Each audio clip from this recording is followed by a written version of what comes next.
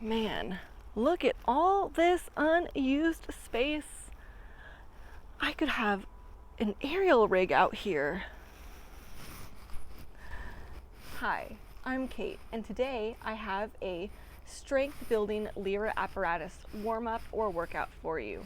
If you wanted a warm up, you would do this before your Lyra choreography. If you wanted a workout, you would do 3 to 5 circuits of it.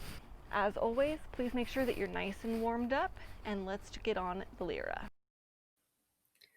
Make sure you get your shoulder shrugs. I'm not your mom. So just do them, okay? You need to be doing this for every warm up before you get on the air apparatus. It helps wake up your shoulder blades and your shoulders and your arms, your grip. Just really good overall warm up for aerials. When you've done your shoulder shrugs, take a nice wide grip, feet come out in front of you. I want us to bring our knees to our chest, extend out straight, knees to chest for 10. Keeping your toes pointed, your legs straight, squeezing your quads at the end to really straighten the hamstring. Heels are together, and no tapping the ground, no momentum, in and out. I like to take a spin because I'm that kind of person that messes around in class every time I can.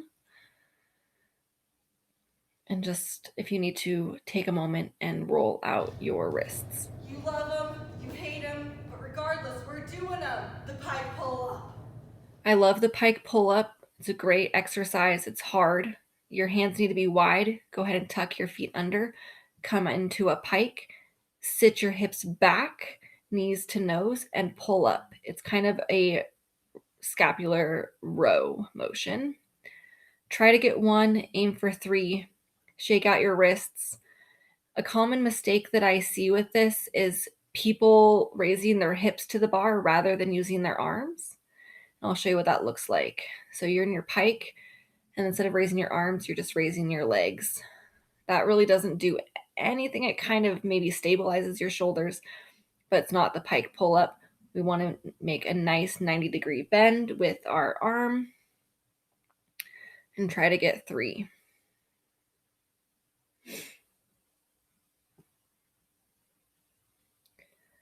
The next one, I want us to do 3 straddle backs without coming down. So meet your hips to the bar, chest is open, legs are straight. When you've done 3, hook your knees, adjust as necessary. Now you're in what we call a hawk hang, and it's really important that you stabilize your hips, tuck your pelvis in, no back arching here. Your heels are squeezing towards your glutes, so you're using proximal stability to keep yourself in a hawk hang. Toes are pointed.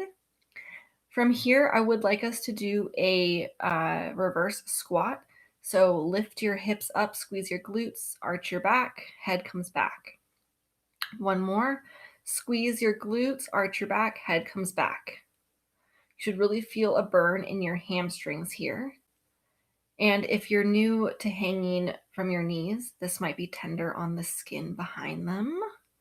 And when you're here done, go ahead and give yourself a spin because it's freaking fun. Arch your back for artistic purposes. And then if you want, go ahead and make a shape, stretch it out, stretch your hips, stretch your back. Take this time to kind of mess around. I would. Go ahead and straddle back. We're going to take a meat hook. So your active leg sweeps behind the Lyra to meet your stable leg. Open back up. Switch your legs. Active leg comes around, meets. It's a nice oblique crunch. It's a lot of weight in your hands. Nice dynamic exercise for your abs if you want abs of steel.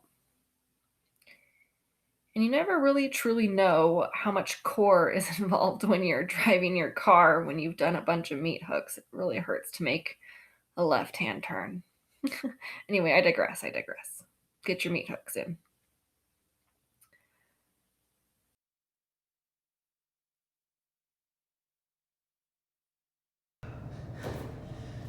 Yes, queen!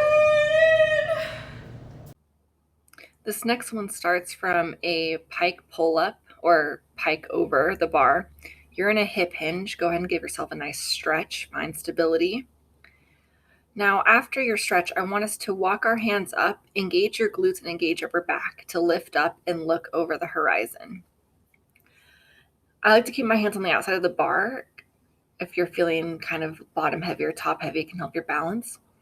Roll down, and we're going to do a series of lifts and lowers. Squeezing your glutes, legs are wide for easier balance. Wrists come to the outside of the front bar for stability. If you look up over the horizon, it's a lot easier to keep your balance rather than looking down. Squeeze and lift. Now, if you get good at this, I want you to try to not use your hands in the lift up part. It can be hard. Now, hands to both sides. We're going to turn over, keeping our legs straight so we don't fall through the hoop. Turn yourself over and come to a sit. I want us to work on our momentum pull-ups. This will help you get your pull-up. So 1, 2, swing.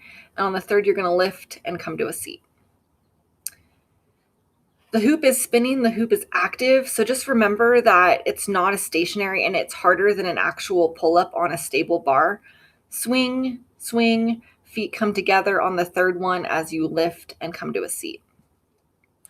I remember when I first started, these took me so long to be able to pull up into a seat that I would just swing and swing and swing, and then I would just drop down. So don't get discouraged. Try to get it on the third one. There you go. And I love to stretch my shoulders out on the Lyra.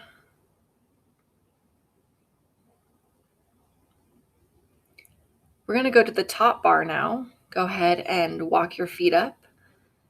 Your feet trace the silk or the span set as you lift your hips up. I love this as it conditions your lats and your core, your grip strength, and your shoulder rotation. You're not walking your feet up. They're just used as a guide. And then I like to stretch and come down. And then beat 1, 2, tuck under, and come to a hawk hang. Again, stretching my shoulders. Love it. Ball tuck, pull up, and come back to a sit. When you're ready, go ahead and come down.